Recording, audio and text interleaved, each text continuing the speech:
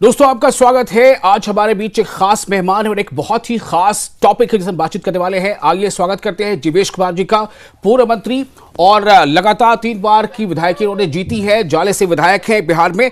और सबसे बड़ी बात यह कि एक खास जो मुद्दा है वो ये है कि भाजपा को नया राष्ट्रीय अध्यक्ष मिल गया है।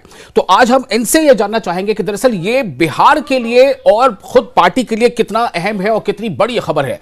तो जीवेश कुमार जी आपका बहुत स्वागत जी। नमस्कार। और मेरा सबसे सवाल पहला यही होगा कि आपका तो खैर है ही, आपने लगातार हैट्रिक की है और मतलब आप जीतते रहे हैं। वो एक ऐसे क्षेत्र से आप आते हैं जहां पे मुस्लिम भी अच्छी खासी तादाद में, फिर भी उनका भरोसा पर है। मैं आपसे जानना चाहता हूं कि नितिन नवीन जब राष्ट्रीय अध्यक्ष अब बन चुके हैं और खुद उनके प्रस्तावकों में से एक प्रधानमंत्री भी रहे, तो एक बहुत बढ़िया, आप इसे कैसे देखते हैं? ये बिहार के लिए और पार्टी के नेतृत्व के लिए कितना बड़ा और कितना अहम है? देखिए, माननीय नितिन नवीन जी एक बहुत अच्छे कार्यकर्ता रहे हैं। लगातार 5 बार पटना की, पाटलिपुत्र की पावन धरती से चुनाव जीतने का काम उन्होंने किया है। बिल्कुल। और बहुत अच्छी संगठनात्मक सोच वाले लोग रहे हैं। अगर यूं कहें तो डाउन टू अर्थ रह करके कार्यकर्ताओं के शिल्पकार के रूप में काम किया है। युवा मोर्चा से लेकर के राष्ट्रीय स्तर पर युवा मोर्चा में राष्ट्रीय महामंत्री से लेकर के प्रदेश के युवा मोर्चा के अध्यक्ष, संगठन के विभिन्न दायित्वों में काम करते हुए जी आप अगर देखें तो जिस प्रदेश की भी जवाबदारी जिम्मेदारी मिली, अभी हाल फिलहाल में भी छत्तीसगढ़ के सह प्रभारी, बाद में प्रभारी के तौर पर जी शानदार विजय उस छत्तीसगढ़ में उन्होंने अपनी सूझबूझ और नीति से जी हम लोग साथ उस समय काम भी कर रहे थे, देख रहे थे कि किस प्रकार 1 साल पहले से पूरी योजना बना करके छत्तीसगढ़ जीतेंगे, इस कॉन्फिडेंस के साथ काम करना।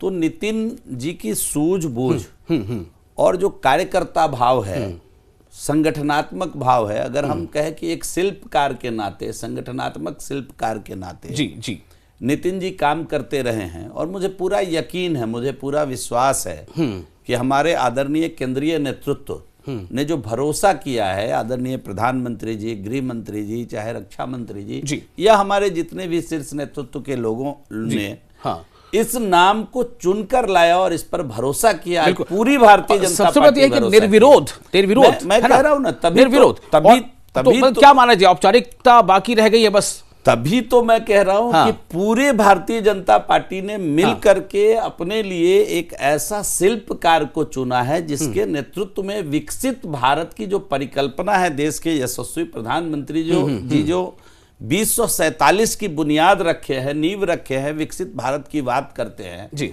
उस विकसित भारत की दिशा में जी एक बहुत ही मील का पत्थर साबित होने वाले हैं। भारतीय जनता पार्टी को सकारात्मक के साथ जी युवाओं की नई ऊर्जा में समेटते हुए लक्ष्य की ओर ले जाने में नितिन जी। मैं आपसे जानना चाहूंगा कि आखिर नितिन नवीन में ऐसा क्या, आपने जो बातें बताई है वो बातें लगभग कई युवा नेताओं में, लेकिन उनमें ऐसा क्या दिख गया पार्टी के शीर्ष नेतृत्व को कि नितिन नवीन को दुनिया की सबसे बड़ी पार्टी कहे जाने वाली नेता जो उसका अध्यक्ष बना दिया, सिर्फ बना दिया? निश्चित रूप से नितिन जी सबसे बड़ी बात की एक बहुत अच्छे संगठनात्मक सोच रखने वाले व्यक्ति हैं जी। दूसरा, लगातार नीचे से काम करते हुए, विभिन्न दायित्वों का निर्वहन करते हुए अपने को प्रमाणित किए हैं जी। और तीसरी जो सबसे महत्वपूर्ण बात है, काफी अनुशासित रह करके जी जी इन्होंने अपने काम को धरातल पर उतारा है। अनुशासन नितिन जी के कार्यशैली में है और कार्यकर्ता निर्माण इनके कार्यशैली में है। अच्छा, अब मैं आपसे जानना चाहता हूं कि कितनी बड़ी ये जिम्मेदारी है और जिस तरह से लगातार भाजपा का जीत का सिलसिला 2014 से जारी है, क्या लग रहा है कि अब इनके कंधे पे जिम्मेदारी कितनी बड़ी है कि ये जीत का सिलसिला आगे बरकरार रहे? निश्चित रूप से ये बहुत बड़ी जवाबदारी है, बहुत बड़ी जिम्मेदारी है। लेकिन हम समझते हैं कि नितिन जी उस जिम्मेदारी में बिल्कुल फिट हैं और आने वाले दिनों में और भाजपा के स्वरूप को बड़ा करके देंगे। क्योंकि जो वर्तमान भारतीय जनता पार्टी है, नितिन जी ने के आने के बाद मैं दावे के साथ कहता हूं कि एक युवाओं की जो फौज है जो आज भारतीय जनता पार्टी से कहीं नहीं जुड़ी है, रुका हुआ है, जी जी, वो युवा भी अब भाजपा के साथ नितिन जी के नेतृत्व में चलेगा और ये भाजपा का कुनवा नितिन जी के नेतृत्व में बड़ा होगा, ऐसा मैं दावे के साथ कह सकता हूं, जिम्मेदारी के साथ। बिल्कुल। अब दो चीजें, एक तो ये कि 2014 से जो केंद्र के चुनाव में बीजेपी लगातार जीत हासिल करती जा रही है, एक ये होगा कि अगला जो केंद्र का जब चुनाव होगा उस पर इनकी जिम्मेदारी और इनके सामने चैलेंज। दूसरा कि साउथ में बीजेपी अभी ज्यादा आगे नहीं बढ़ पा रही है, तो क्या साउथ में नितिन नवीन बिहार के एक हिंदी पट्टी के नेता का असर प्रभाव दिख पाएगा हमें साउथ में? आप हिंदी पट्टी और साउथ की बात मत करिए, जो शिल्पकार है वो हर जगह के लिए शिल्पकार है। भाषा बदल सकती है, संरचना नहीं बदलती है, कार्य प्रणाली नहीं बदलती है जी।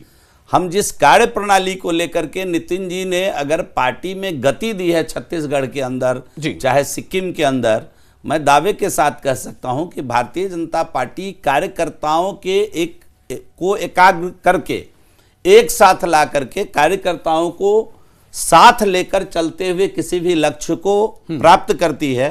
हम समझते हैं कि जो नितिन जी में जो कार्यशैली है, निश्चित रूप से हमारी जो इनकी जो कार्य कुशलता है, पार्टी की जो संरचना है, पार्टी का जो लक्ष्य है, वो सबको जमा करके समेकित रूप से साउथ के अंदर पार्टी का विकास होगा। इसमें कहीं कोई दो राय नहीं। ये श्रेय भी आने वाले दिनों में शीर्ष नेतृत्व के साथ नितिन जी को जाएगा। एक और सवाल, बिहार में बीजेपी इन प्रकार मतलब कभी एनडीए के साथ मिलकर, कभी नीतीश कुमार जी के साथ मिलकर वो सत्ता में तो रही आपने वहां पर, लेकिन बिहार में बीजेपी अपने बूते पर सरकार नहीं बना पाई है। बिहार में बीजेपी की अपनी ही तो सरकार है। देखिए मेरी बात समझने की कोशिश कीजिए। मैं कह रहा हूं कि जैसे इस बार भी ऐसा लगा था कि शायद कहीं ना कहीं इस बार चुनाव होगा तो बीजेपी का अपना कोई जो है नेता वो मुख्यमंत्री बनेगा, लेकिन आप नीतीश कुमार के साथ जा रहे हैं, तो क्या ये इसे भी एक माना जाए कि कारण है नितिन नवीन जी पे भरोसा करने का? नीतीश कुमार जी भी हमारे ही नेता हैं, आज से हम उनके साथ नहीं हैं। बहुत पुराना रिश्ता है भारतीय जनता पार्टी और नीतीश कुमार। ये बात तो आरजेडी भी कह सकती है। नितिन जी, नीतीश कुमार जी और नितिन जी पहले भी साथ काम कर चुके हैं, आगे भी साथ काम करेंगे। वो साथ काम कर रहे हैं, लेकिन फिर भी भाजपा का एक सपना तो होगा ना, और जरूर होना चाहिए कि बीजेपी में उनका अकेले। देखिए, हम जहां भी गठबंधन बिहार में साथ काम कर रहे हैं, वहां गठबंधन के साथियों को भारतीय जनता पार्टी धोखा नहीं देती है। हम गठबंधन में अगर नेता पहले से हमारे शीर्ष नेतृत्व ने, हम लोग नीतीश जी के नेतृत्व में बिहार का चुनाव लड़ते हैं और पूरा एनडीए आदरणीय प्रधानमंत्री नरेंद्र भाई मोदी जी के नेतृत्व में अगर केंद्र में चुनाव लड़ता है तो हमारे लिए नेता भी तय है, नीति भी तय है। हम राज्यों में जाकर के कभी उसके साथ धोखाधड़ी नहीं करते हैं, हम साथ लेकर चलते हैं। बहुत सारे ऐसे राज्य हैं जो मिसाल के तौर पे हैं कि वहां पे आप साथ में थे, फिर आप जो है आपने वहां सरकार बना ली। एक सपना तो होगा ना, मन में एक तो होगा ना। तो मेरा सवाल सिर्फ ये है कि इसको चुनौती माना जाए, उसको एक बड़ा टास्क माना जाए नितिन जी के लिए कि बिहार और अगला केंद्र का चुनाव। मैं बार बार बोल रहा हूं जी कि एनडीए में जो बिहार का जो केमिस्ट्री है उसके साथ हमारा गणित भी ठीक है, मैथमेटिक्स भी ठीक है।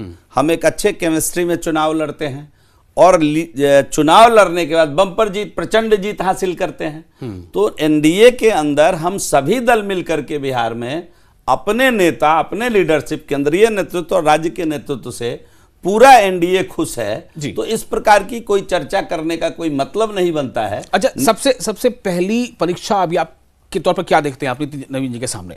अभी तो खैर उनको बधाई, बहुत सारी बधाइयां, लेकिन फिर भी देखिए, मैं बोलूं आपके इस चैनल पर जी, नितिन जी कितने लक्की हैं भारतीय जनता पार्टी के लिए कि नितिन जी का कार्यकारी अध्यक्ष में नाम नामित होते हुए मुंबई महापालिका हमारी हो गई। जी जी जी, मुंबई महापालिका हमारी हो गई और आने वाले दिनों में आप देखिएगा कि डंके की चोट पर बंगाल जीतकर सरकार बनाएंगे। और बिहार का, बिहार तो हम हैं ही। बिहार भाजपा का कब? बिहार में तो हमारी सरकार है, बहुमत की सरकार है, प्रचंड बहुमत वाली सरकार है और हमारे नेता नीतीश जी के नेतृत्व में चल रही है। तो बंगाल अभी जो एक बड़ी परीक्षा के तौर पे सामने अभी है राज्य के हिसाब से। मैंने कहा कि नितिन जी के नेतृत्व में प्रचंड बहुमत के साथ बंगाल जीतेंगे। मैं जिम्मेदारी के साथ आपके चैनल पर यह बात कह रहा हूं, आप लिख कर रख लीजिए और बंगाल चुनाव के बाद मुझे पुनः बुलाइएगा, मैं इसी तरह से सवालों का जवाब देता रहूंगा। चलिए, आपकी बातें पूरी हो और जो बीजेपी के जो भी कार्यकर्ता हैं, नेता हैं, वो इस बात से वाकई बहुत खुश हो गए, इसमें कोई दो राय नहीं है।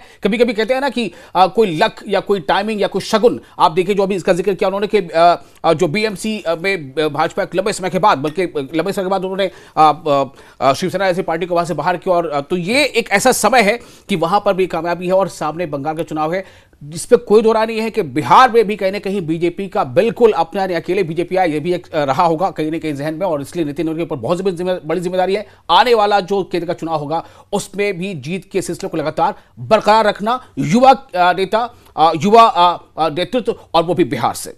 और इसके लिए आपने समय दिया जीवेश जी, बहुत शुक्रिया आपका। बहुत बहुत धन्यवाद, बहुत आभार। तो आप बने रहे न्यूज़ 18 के साथ, मैं हूं साथ।